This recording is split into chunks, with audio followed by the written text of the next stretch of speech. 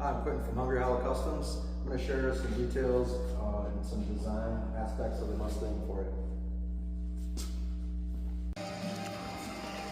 So this Mustang came to us just floating on an Art Morrison chassis with a Coyote kind of mocked up in it.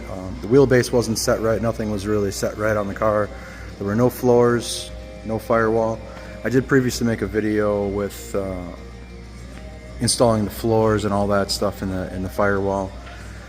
So today we're just going to go over just some of the design aspects of the car, and then how we replicated some of the stuff out of that was fiberglass and pot metal and sheet metal. I'll start back here, kind of where I started. They had a fiberglass kit that would accept the 67 Shelby style taillights, and it kind of set on the back panel. And so it was super duper flimsy. They had the whole back of the car cut out. This whole car was actually a coupe car, and they put a fastback roof on it. So it's kind of been hacked, and so we got the body right. We had to redo a bunch of work here. There's like 3/4 of an inch of mud in there. So just kind of picking up the pieces from a shop that had some medical problems and stuff like that. So anyways, got the taillights in there, kind of set them back, flush mounted them, and then we flush mounted the gas filler cap here too. Replicated the quarter extension, fiberglass quarter extensions. This stuff was all 18 gauge steel before I got any 19 gauge, so it was a little bit harder to work with. But I made a Pullmax die for the shape of the deck lid, took the deck lid skin off, made that, and then reinstalled the deck lid skin. So it turned out pretty good. Second, we started looking at the quarter glass. They had the quarter glass openings. They had the vents in here, and we were going to redo those. And then we talked about doing Hertz rent-a-car windows, and those kits aren't really available anymore, and the pockets were all rotted out. So then we just decided to make, if we're gonna spend time fabbing, let's just make something cool. So we moved the window opening forward about 3/4 of an inch, so this rear window line comes all the way around, and so you can kind of see it from the other side too. So it makes the car look like it just shows the hips off that it actually has. And so I still have to make a flange on this side. On the other side I have a flange made. The window mocked up a little bit better. So we're gonna have a piece of 3/4 inch trim that'll match what the factory stuff is around the front and rear glass. That'll match that, and then we'll make some interior panels that'll match that as well. We made these scoops. They kind of wanted the Shelby scoops, but like made out of sheet metal and molded in. And I've worked on a bunch of different Shelbys. I worked on a lot of different Mustangs, and to me, this is always the real solution to the problem. Like even design-wise, is they go all the way through to relieve tire opening pressure, because the stock Shelbys, they just had a hole cut here and piece of flex tube going to the wheel opening, or inside the wheel opening there. So this is just like a better, cooler solution to that. The rocker panels, we just kind of extended down farther to kind of replicate what was there, but make it go down farther because the chassis sits a little lower. So I needed to take up some of that space. What they initially had were these fiberglass, more like Eleanor style, I don't know.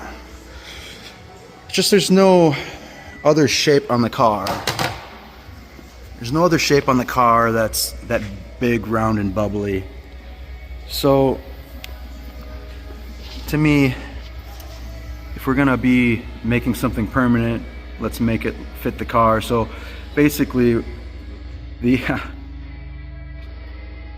it's a little bit larger up from this body line to the bottom here, but it basically makes the car proportionate, and it makes the car look like it's almost, the roof is lowered, but it's not, because the body is just a little bit lower, like it needs to be. There's some people that will raise the wheel openings in a car to get the car lower, but then they're still dealing with this squatty, tiny little rocker panel. So I don't know, this kind of fits the bill, and some of the design aspects that were already introduced before I got the car. So we ended up shaving the cowl vent because there was no real need for, there is no real need for it. I mean, if you have the right HVAC system, you should be fine. So that created a lot more space underneath the dash as well. There is a panel behind, way up in here, that we set into the, almost all the way out to the fender, to allow more for the electronic stuff.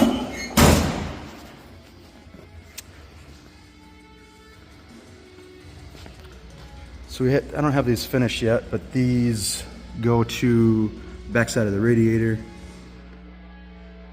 So I don't have all the pieces finished yet, but I got them lined up pretty good yesterday, or 2 days ago. So that turned out pretty awesome. So they had this, when it came to us, it had this, I think it's R-code or something, style fiberglass front bumper. And when you install it, it ends up being very short on the car. It ends up being like right there on the car, you know. So when you extend anything down on the side, you don't do it in the front, it's gonna look really, really silly. So we had a couple ideas. Ring Brothers makes a bumper. There's a couple other places that make a bumper that are actually cool to me. But the customer decided to have me make it out of sheet metal, so started designing that and laying it out, and then we decided to go to the Pro Charger, so we had to put the intercooler in place and start building everything around that.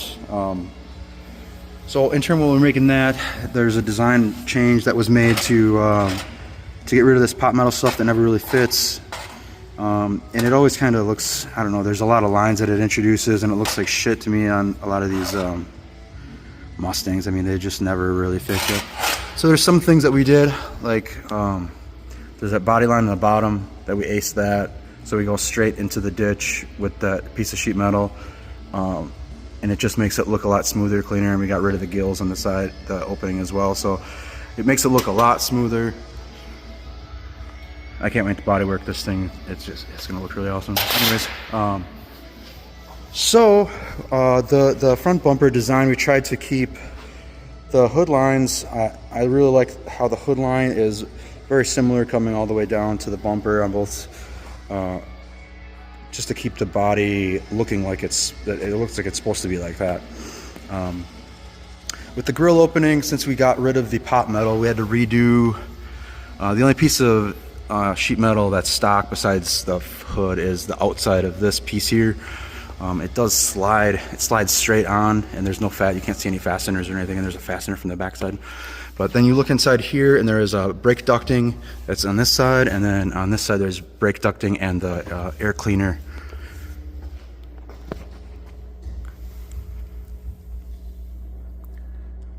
It looks pretty slick. Let's get under it.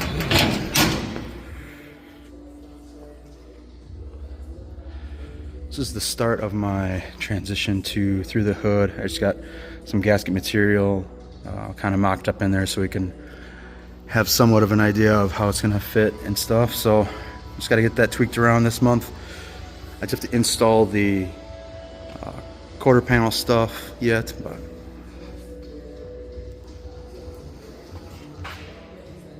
yeah.